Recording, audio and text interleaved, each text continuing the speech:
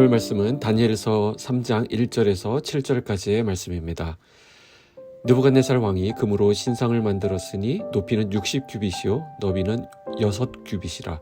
그것을 바벨론 지방의 두라 평지에 세웠더라. 느부갓네살 왕이 사람을 보내어 총독과 수령과 행정관과 모사와 재무관과 재판관과 법률사와 각 지방 모든 관원을 느부갓네살 왕이 세운 신상의 낙성식에 참석하게 하매, 이에 총독과 수령과 행정관과 모사와 재무관과 재판관과 법률사와 각 지방 모든 관원이 느부갓네살 왕이 세운 신상의 낙성식에 참석하여 느부갓네살 왕이 세운 신상 앞에 서니라. 선포하는 자가 크게 외쳐 이르되, 백성들과 나라들과 각 언어로 말하는 자들아, 왕이 너희 무리에게 명하시나니 너희는 나팔과 피리와 수금과 사명금과 양금과 생황과 및 모든 악기 소리를 들을 때에 엎드려 느부갓네살 왕이 세운 금신상에게 절하라. 누구든지 엎드려 절하지 아니하는 자는 즉시 맹렬히 타는 풀무불에 던져 넣으리라 하였더라. 모든 백성과 나라들과 각 언어를 말하는 자들이 나팔과 피리와 수금과 사명금과 양금과 및 모든 악기 소리를 듣자 곧 느부갓네살 왕이 세운 금신상에게 엎드려 절하니라. 할렐루야. 오늘도 주 안에서 아름답고 희망찬 날입니다. 어제 하루 동안에 비가 내리면서 거리엔 낙엽들이 마치 융단을 깔아둔 듯 울긋불긋 꽃길을 만들어 놓았습니다. 청소하시는 분들에게는 조금 성가신 일거리로 보일 테지만 낙엽으로 덮인 길을 한참 좀 두고 보고 싶다는 철없는 생각도 해보게 됩니다. 풀은 마르고 꽃은 시드나 주의 말씀은 영원하다는 진리를 되새기는 계절입니다. 오늘 하루의 첫 시간을 주님의 말씀으로 열어가는 은혜가 있기를 소망합니다. 오늘 본문에 보면 바벨론의 느부갓네살 왕이 헛짓거리를 하는 모습이 나옵니다. 등 따시고 배부르면 엉뚱한 짓을 하게 되는 것이 인간의 모습인 것 같습니다. 느부갓네살은 두라 평지라고 하는 곳에다가 금으로 어마어마한 신상을 세웁니다. 그것도 돌로 만든 것이 아니라 금으로 만들었다라고 합니다. 이걸 만드는데 수많은 인력과 재산이 시간이 투자되었을 것입니다. 느부갓네살 왕이 이렇게 어마어마한 금신상을 세운 이유는 무엇일까요? 여기는 두 가지 이유가 있다라고 봅니다. 첫째는 자기가 다스리는 바벨론 제국이 망하지 않고 영원할 것이라는 것을 나타내기 위함이었습니다. 다니엘서 2장 바로 앞장에 보면 느부갓네살 왕이 꿈을 꾸고 그것을 또 다니엘이 해몽하는 그런 내용이 기록되어 있습니다. 거기에 보면 느부갓네살이 꾼 꿈은 큰 신상에 대한 꿈이었습니다. 머리는 순금, 가슴과 두 팔은 은, 배와 넓적다리는 놋, 종아리는 쇠, 또 그 발은 얼마는 쇠고 또 얼마는 진흙이었습니다. 그런데 손대지 않은 돌이 산에서부터 나와서 이 신상을 부서뜨리는 그런 꿈이었습니다. 꿈에 나타난 이 신상에 대해서 다니엘은 정확하게 느부갓네살 왕에게 해석해 주었습니다. 그러니까 이 신상들은 앞으로 세워질 나라들에 대한 하나님의 예언의 메시지 성격이 있었습니다. 또한 그 나라들은 결국에는 망하게 될 것이라는 것이 그 메시지의 핵심이었습니다. 다니엘의 그런 해석을 듣고 느부갓네살 왕은 다니엘에게 이렇게 고백합니다. 하나님은 진짜 왕이시다. 모든 신들의 신이시고 모든 왕의 가장 으뜸이 되는 왕이라고 하나님을 높이는 그런 고백을 했더랬습니다. 그런데 불과 얼마 되지 않았을 텐데 이제는 금신상을 세우고 있습니다. 느부갓네살 왕은 그 신상의 꿈을 통해서 인간이 세운 나라의 허무함과 하나님 나라에 대한 소망을 가져야 함에도 불구하고 오히려 금신상을 세우고 있는 것입니다. 더 세게 나가는 것이죠. 그 꿈에서는 머리만 금으로 나왔었는데요. 이번에는 신상 전체를 금으로 덮어버립니다.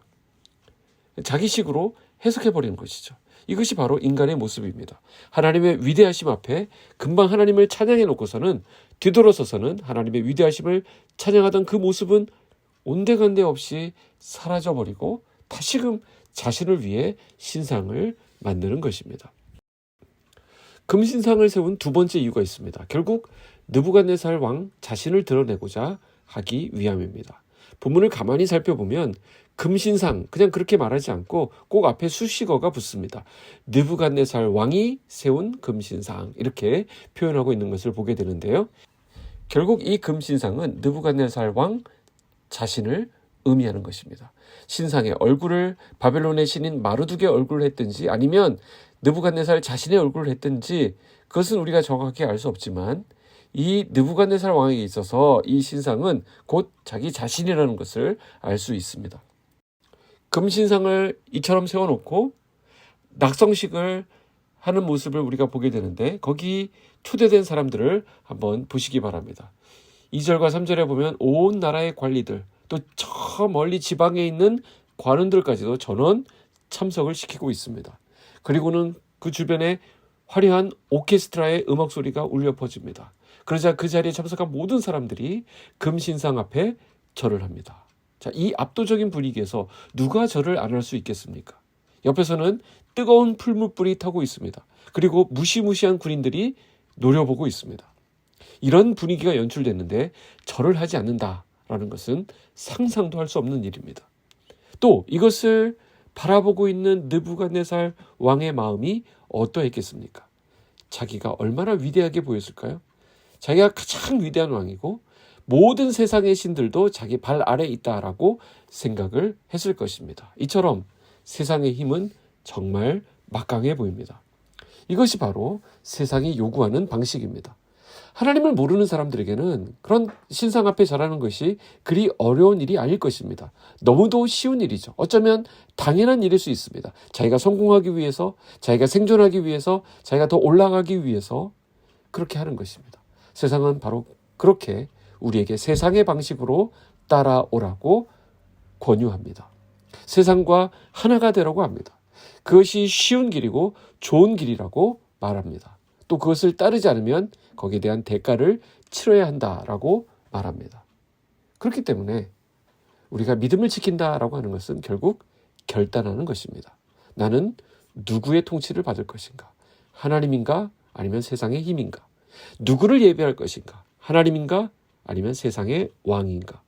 누구를 드러낼 것인가? 하나님인가? 아니면 나 자신인가? 사실 이런 상황에서 하나님을 선택하는 것은 쉽지 않은 일처럼 보입니다.